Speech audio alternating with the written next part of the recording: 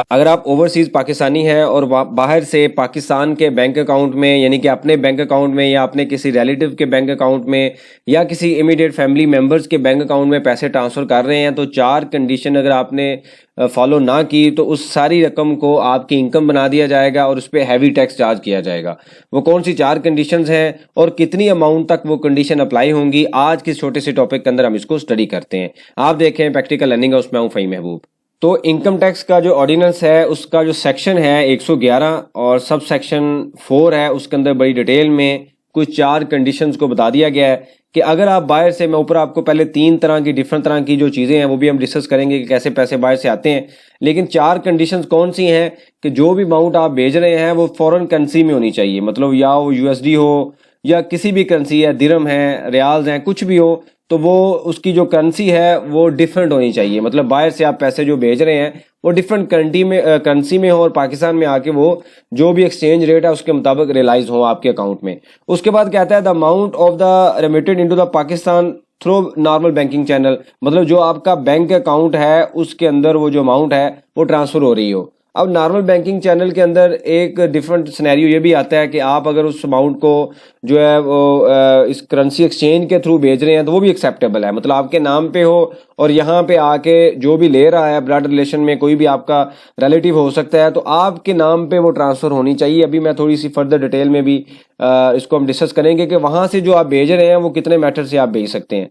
फिर तीसरी कंडीशन क्या आती है, the amount is in cash by the schedule bank, मतलब जो लोकल बैंक है या एक्सचेंज कंपनी है वो उसको इन कैश कर रही हो, यूएसडी से या दिरहम से, रियाल से कन्वर्ट कर रही हो पीकेआर में।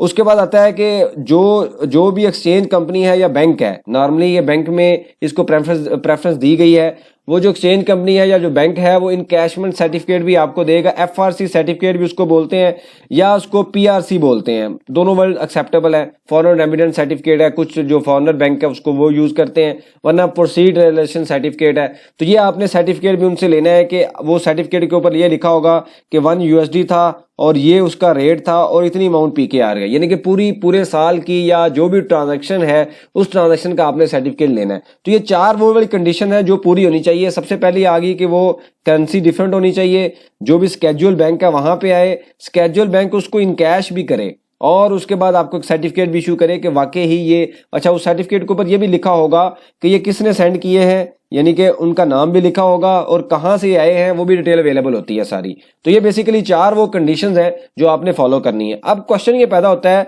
कि जब पाकिस्तान में पैसे आते हैं तो हम कैसे भेजते हैं। सबसे पहला पॉइंट ये आता है कि आपने खुद ही भेजे हिमसेल्फ, यानी कि आपने खुद वहां से ट्रांसफर किए या खुद वहां पे जाके अपने अकाउंट से भेजे या जो भी मनी एक्सचेंज थी वहां पे जाके आपने अपने प्रॉपर जो भी आपका वहां पे डेजिग्नेटेड आईडी कार्ड है या जो भी नाम है उसके मुताबिक आपने शेयर किए कि आपका अपना नाम है और आपने अपने ही पाक अकाउंट के बैंक अकाउंट में शेयर कर दिए।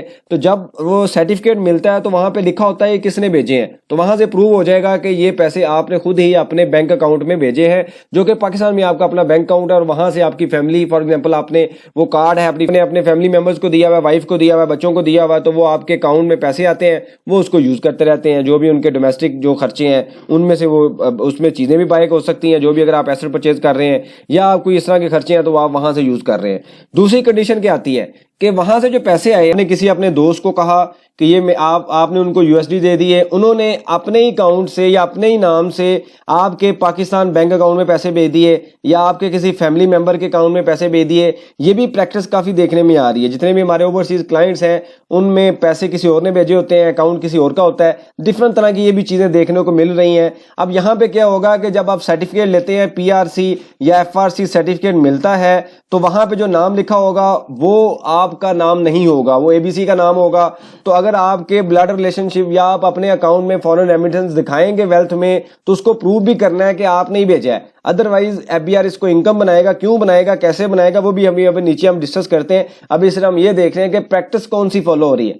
तीसरी कंडीशन क्या है कि आपने खुद ही पैसे भेजे और आपने अपने ब्लड रिलेशनशिप के जो भी आपके फैमिली मेंबर्स हैं, रिलेटिव्स हैं, उनके अकाउंट में भेज दिए। पहली कंडीशन में आप खुद थे अपने अकाउंट में, दूसरी कंडीशन में आप हैं और आपने अपने फैमिली मेंबर्स के अकाउंट में भेजे हैं। अब यहाँ पे भी जब आप खुद भेज रहे होंगे एफआरसी या पीआरसी डॉक्यूमेंट के ऊपर आपका नाम लिखा होगा और ये जो फॉरेन रेमिटेंस शो करेंगे, जो भी यहाँ पे पाकिस्तान में आपके रिलेटिव टैक्स रिटर्न फाइल कर रहे होंगे उनके लिए रेमिटेंस होंगी और यहाँ पे भी उनको टैक्स नहीं देना पड़ेगा। ये सिर्फ रेमिटेंस है, यहाँ पे भी आपको टैक्स नहीं देना पड़ेगा। आप प्रूव करेंगे कि रेमिटेंस है। यहाँ पे आके क्वेश्चन आएगा, यहाँ पे प्रूव करना मुश्किल होगा कि ये वाकई ही आप हैं या कोई और है। इसकी रीजन क्या है मैं आपको एक्सप्लेन कर देता हूँ। देखिए जो इनकम टैक्स का सेक्शन है उसके उन रूल्स हैं, उनके मुताबिक क्या है कि जो भी अनएक्सप्लेन 111 जो सेक्शन है ये डील करता है बेसिकली अनएक्सप्लेन्ड ट्रांजैक्शंस को, कि आपकी बैंक स्टेटमेंट में कोई ऐसी ट्रांजैक्शंस है जिसके ऊपर आप सेटिस्फैक्टरी आंसर नहीं दे पा रहे या आप एबीआर को प्रूव नहीं कर रहे कि वाकई ही ये जो पैसे आए हैं आपने भेजे हैं, तो एबीआर क्या करेगा, उसको अदर सोर्स में लेके आएगा और नॉर्मल स्लैब के रेट अप्लाई कर देगा, जो कि मैक्सिमम अब तकरीबन 45% तक टैक्स हो चुका है। मतलब 1 लाख है तो 1 लाख का तकरीबन 45% तक आप टैक्स दे सकते हैं मगर आप उस मैक्सिमम स्लैब में फॉल करते हैं। अब होगा क्या कि जब आप दूसरी कंडीशन, ये सबसे खतरनाक कंडीशन है, केबीसी ने आपके अकाउंट में या आपके फैमिली मेंबर के अकाउंट में पैसे भेज दिए, तो आप क्या करते हैं कि अपनी टैक्स रिटर्न जो भी यहाँ पे फाइल करता है उसको शो कर देते हैं रेमिटेंस, फॉरेन रेमिटेंस हमें रिसीव हुई है और उसके ऊपर हम कोई टैक्स नहीं देते। वेल्थ के अंदर हम उसको ऐड करते हैं, अपनी वेल्थ बढ़ाते हैं और टैक्स रिटर्न फाइल कर देते हैं। बाद में क्या होता है कि हमें एक डॉक्यूमेंट आता है कि भाई इसका प्रूफ दें। जब हम एफआरसी या पीआरसी लेके जाते हैं तो वहां पे लिखा होता है कि ये एबीसी ने पैसे सेंड किए हैं। मतलब हम प्रूव ही नहीं कर सकते कि आप खुद हैं, हिमसेल्फ है, मतलब आपने खुद पैसे भेजे हैं।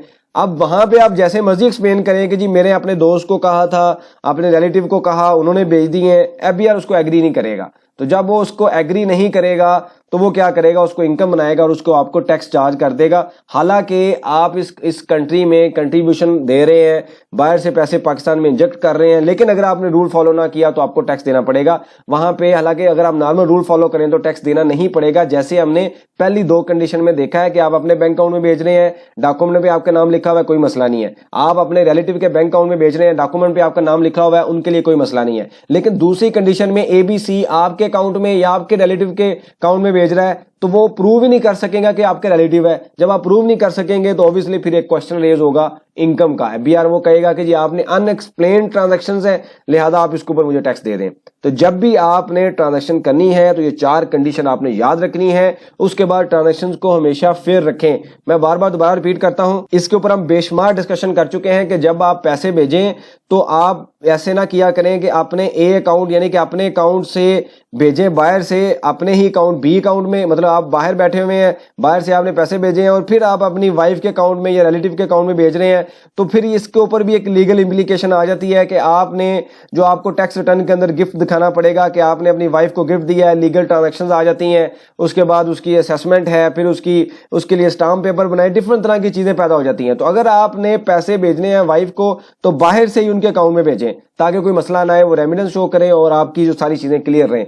तो याद रखें, अपने आप को थोड़ा सा ऑर्गेनाइज कर लें। आप वैसे सारे ऑर्गेनाइज ही होते हैं, हम सारे ही ऑर्गेनाइज हैं, लेकिन फिर भी आपको फर्दर ऑर्गेनाइज करना है कि आप जो पैसे भेजें और उसको पहले सोचें कि आप किन को भेज रहे हैं, क्यों भेज रहे हैं। थोड़ा सा वहां पे स्टडी कर लें। 4 रूल आपके ज़हन में होने चाहिए ताकि बाद में आपके लिए कोई प्रॉब्लम ना हो। अगर आप ट्रांजैक्शन के टाइम पे 4 रूल्स को फॉलो करेंगे तो इंशाल्लाह कभी मसला नहीं आएगा, कभी प्रॉब्लम नहीं आएगा। इसी वजह से अगर सही तरीके से चीजें रिपोर्ट हों तो ओवरसीज का ऑडिट भी कम होता है। अब आता है क्वेश्चन के जी अगर अमाउंट आ रही है 5 मिलियन से कम आ रही है, 5 मिलियन या इसके इक्वल टू आ रही है, अब अक्सर इससे कम है या इसके बराबर है, अक्सर ये क्वेश्चन पैदा होता है कि भाई अगर 5 मिलियन से कम अमाउंट आ रही है तो हमें कोई नहीं पूछेगा, एबीआर कोई नहीं पूछेगा। बिल्कुल ऐसा ही है, एबीआर नहीं पूछेगा, लेकिन आपके ऊपर भी ये 4 कंडीशन जो है अप्लाई होनी है। एबीआर ने ये 4 कंडीशन देखनी है कि भाई जो 5 मिलियन है आ किधर से रहा है, कौन भेज रहा है, बैंक में आ रहे हैं, सर्टिफिकेट मिल रहा है, हर चीज ओके है, फिर वो एग्री करेगा। एफआरसी या पीआरसी डॉक्यूमेंट वो फिर भी लेगा आपसे।